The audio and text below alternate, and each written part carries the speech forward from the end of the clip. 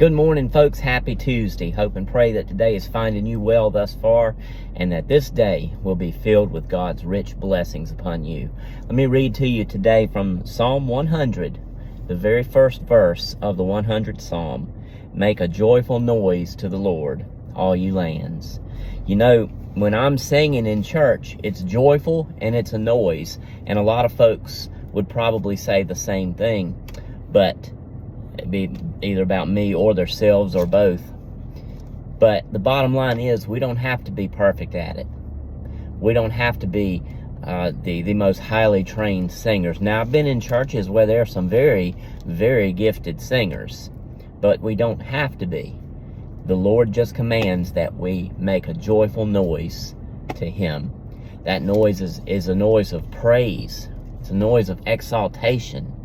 And that's what we're required to do. We're not required to be the best there is. We're not required to be a Juilliard-trained musician.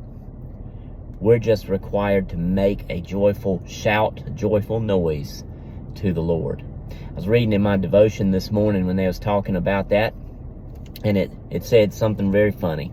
It says, you go ahead and make that joyful noise to the Lord.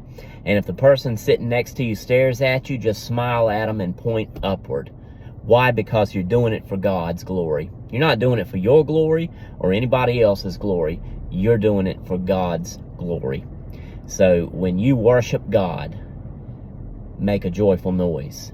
You know what? If you're in your own personal private worship time, it's okay to make that joyful noise unto the Lord, because He expects it of us and because it brings Him glory. And that's our ultimate mission, folks.